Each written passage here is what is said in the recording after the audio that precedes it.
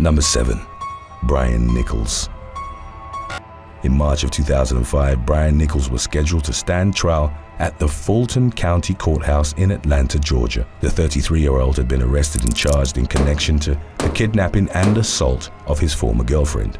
After his first trial had ended with a hung jury, Nichols' friends and family members reportedly expressed their belief that he would attempt to escape from custody before being tried a second time. On March the 11th, the day Nichols was scheduled to appear in court, the prescient concerns about his potential escape plans came to violent fruition. While he was changing clothes at the courthouse, Nichols overpowered a female sheriff's deputy and stole her handgun before beating her into a coma. The assailant then changed into civilian clothes and made his way towards the chambers of Judge Roland Barnes. Nichols held 2 case managers and an attorney at gunpoint and demanded they disclose Barnes' location, at which point a court officer attempted to disarm him but failed.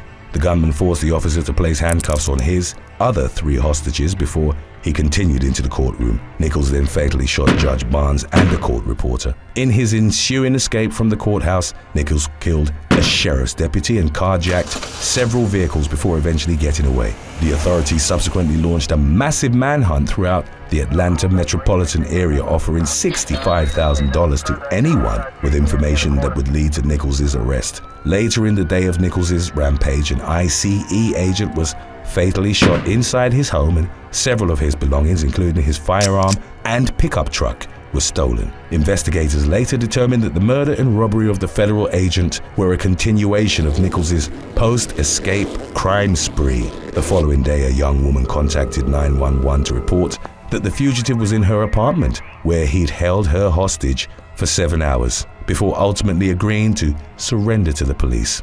Nichols was taken back into custody and charged in connection to 54 crimes he was reported to have committed while on the run. In November of 2008, he was convicted on all counts and consequently given multiple life sentences without the possibility of parole.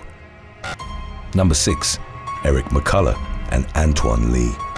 In the summer of 2015, Tennessee man Eric McCulllough was brought to trial after he'd been accused of stabbing his niece during an altercation at the College Hill Courts housing community in Chattanooga. The July 29th attack left the victim in life-threatening condition, and she was later pronounced dead at a local hospital. During the same incident, 46-year-old McCulllough had allegedly stabbed his niece's boyfriend, Antoine Lee, who ultimately survived. In connection to his murderous rampage, McCulllough was charged with criminal homicide and aggravated assault. The following month, a preliminary hearing for the case was held before Judge Gary Starnes in a Hamilton County courtroom. At the time, Lee was in police custody on an unrelated charge, and at one point during the proceedings, he was called to the stand to give his testimony. As he crossed the courtroom, however, he lunged at his accused attacker and struck him in the head repeatedly with his metal handcuffs. Police officers quickly stepped in to pull Lee off of McCulllough, while another man who was seated in the courtroom got up to rush towards the scene of the scuffle. One of the officers then pointed a stun gun at the incoming man to keep him at bay. McCulllough, who was reportedly left without any serious injuries, was escorted out of the room while officers restrained Lee on the floor. In 2017, the former was convicted of voluntary manslaughter in connection to his niece's death. Number 5. The Springfield Courtroom Brawl. Only hours after celebrating her 25th birthday during a night out with friends and family, on March the 2nd of 2012, Massachusetts woman Jessica Rojas was fatally stabbed at her Springfield residence. Following a preliminary investigation, local police identified the victim's boyfriend, Jose Santiago, as being responsible for her murder. The 30-year-old man, whom Rojas had been dating for about a year, was reported to have had a history of violence. He stabbed the young woman several times in front of witnesses and was arrested a couple of days later after being spotted in the parking garage of the Bay State Medical Center. During his arraignment, the court proceedings were interrupted by 2 men who charged Santiago and attempted to punch him before being restrained by officers. The struggle then devolved into an all-out brawl as the assailants tried to force their way through the security guards to take swings at Santiago, who was being protected by the court officers. The guards eventually pinned the 2 men to the ground and escorted them out of the courtroom, whereupon they were taken into the custody of the Springfield Police Department. Santiago's attackers were later identified as Kenneth Soto and Edwin Rojas. Jessica Rojas's father. The two men faced disturbance charges in the wake of the incident, and they were reportedly released upon posting $500 bail. In 2014, Santiago was found guilty of first-degree murder and was consequently sentenced to life in prison without the possibility of parole. In March of 2022, it was reported that Jessica Rojas's family intended to organize a car parade through Springfield with the intention of raising awareness to the prevalence of domestic violence. Number 4. The shooting of Jatin Gogia. Jatin Gogia, an Indian underworld figure from the country's National Capital Region, was apprehended by Delhi police in April of 2020. By the time of his latest arrest, the 36-year-old had 19 open cases against him, some of which involved murder and attempted murder. Gogia had previously escaped from police custody on 3 separate occasions, and there had been a 700,000 rupee reward, a sum equivalent to roughly $10,000 for his capture, offered by the Delhi and Haryana governments. There were some reports that suggested the gangster had continued running an extortion racket from inside his jail cell with the help of his criminal associates. On September the 24th of 2021, Gogia appeared in the Rohini court complex of northwest Delhi to stand trial for his various offenses. After Gogia had been led into the courtroom by police officers, a pair of gun-wielding assailants fired multiple rounds at him. The ambush attack's perpetrators, identified only by the names Rahul and Jagdeep, were reportedly neutralized by the police within seconds. Gogia suffered critical injuries after being struck in the gunfire, and he was taken to the hospital where he was later pronounced dead. In the wake of the incident, it emerged that the shooters had made it past the court security by disguising themselves as lawyers. Footage of the attack quickly went viral on social media, leading many to question the adequacy of the Rohini complex's security protocols. It was reported that Rahul and Jagdeep had been hired by Gogia's longtime rival Sunil Tajpuria to eliminate the prolific gangster. Number 3. Sel Angelo.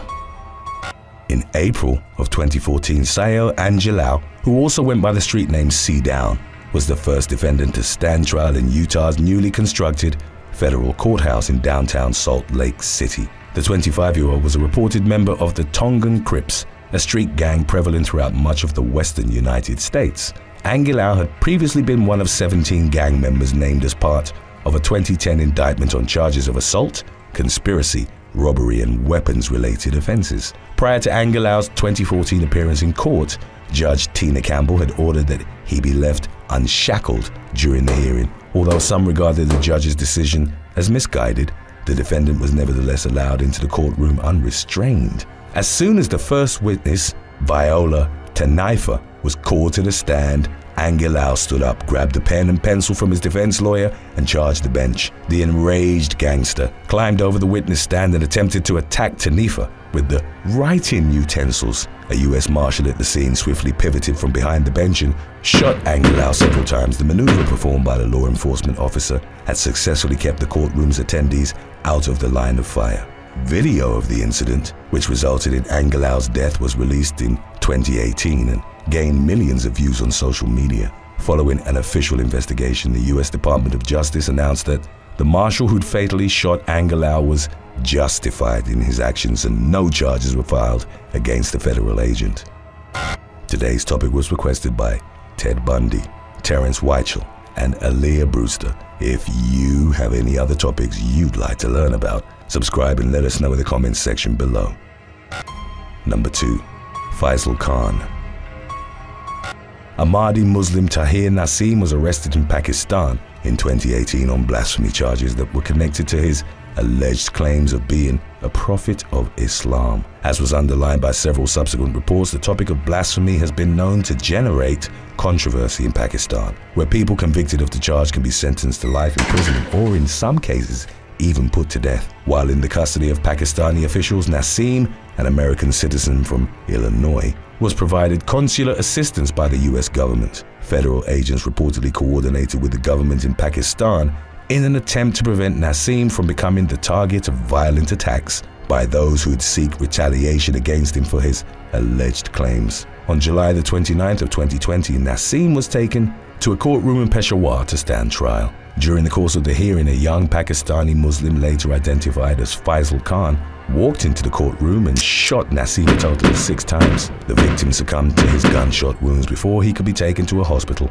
Following the incident, thousands gathered on the streets of Peshawar in support of Khan's actions, which were interpreted as a violent expression of the anti-Ahmadi sentiment commonly held by members of other Muslim sects. The details of the specific events that had led to Naseem's initial arrest were not made readily available to the public. However, in a statement issued by the US State Department, it was revealed that Naseem had been lured to Pakistan from his home in Illinois by unidentified individuals who then used the stipulations of the country's blasphemy laws to entrap him.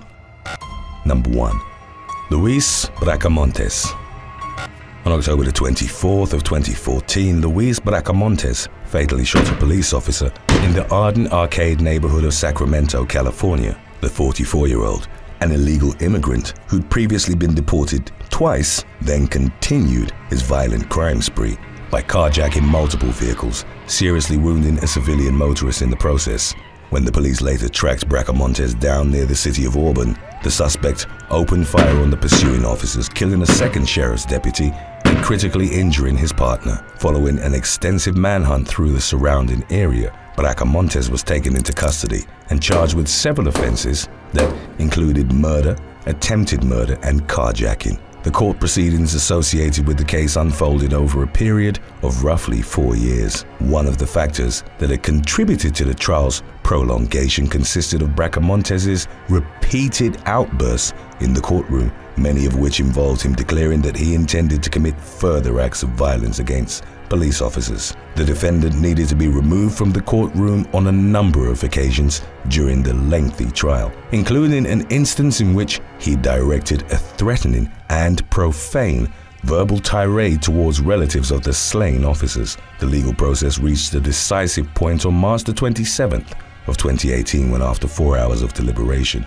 the jury assigned to Bracamontes' case presented their final verdict. The man was convicted on all counts levied against him, and the jurors recommended that he be given the death penalty. As the verdict was read aloud in court, Bracamontes simply grinned and chuckled to himself in a chilling and callous display of disrespect towards the victims of his various crimes. The following month, he was formally sentenced to death by Sacramento Superior Court Judge Steve White.